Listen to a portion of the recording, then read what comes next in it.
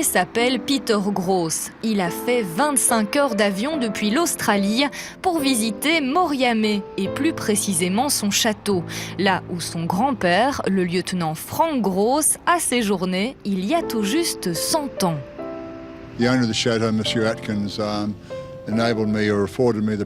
Le propriétaire du château, M. Atkins, m'a fait le privilège de visiter les lieux pour mieux comprendre où mon grand-père travaillait en tant qu'officier des affaires sociales du YMCA, Young Men Catholic Association, au front et après la guerre.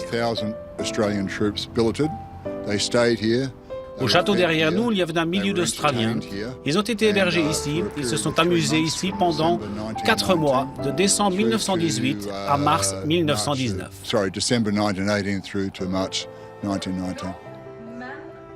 Ces souvenirs, Peter Gross a tenu à les partager avec les enfants de l'école Sainte-Marie de Moriamé. Tiffany, qui est venu dans ton école aujourd'hui? Un monsieur australien. Et qu'est-ce qu'il a raconté? Il a raconté l'histoire de son grand-père qui a fait la guerre ici. Et sur l'Australie, qu'est-ce que tu as retenu? C'était très loin, c'est très loin d'ici? C'était loin. Et qui voulait retourner dans son pays pour revoir leur famille. Pourquoi rester en Belgique alors que la guerre était finie? Eh bien, il fallait organiser le retour des 40 000 hommes. Et puis, ces quelques mois ont été bien utiles pour se refaire une santé, après avoir connu les tranchées et avant d'entamer un long voyage de 3 mois en bateau vers l'Australie.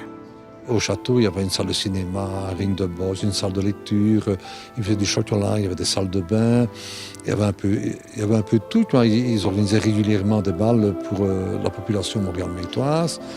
Donc à ce niveau-là, c'était intéressant pour tout le monde, mais au niveau tenue, ça n'a pas toujours été, si on interroge, si on lit plutôt les écrits de l'époque des curés des environnants, ils n'étaient pas tout à fait contents de la présence des Australiens pour la moralité des jeunes filles du village. Les jeunes filles du village étaient un petit peu trop intéressées par les Australiens ou l'inverse? Les deux, je crois, les deux.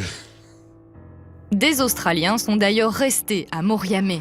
Vous désirez en apprendre plus sur ce pan d'histoire locale ou plutôt internationale? Sachez qu'un livre sur la guerre 14-18 à Moriamé vient de sortir de presse.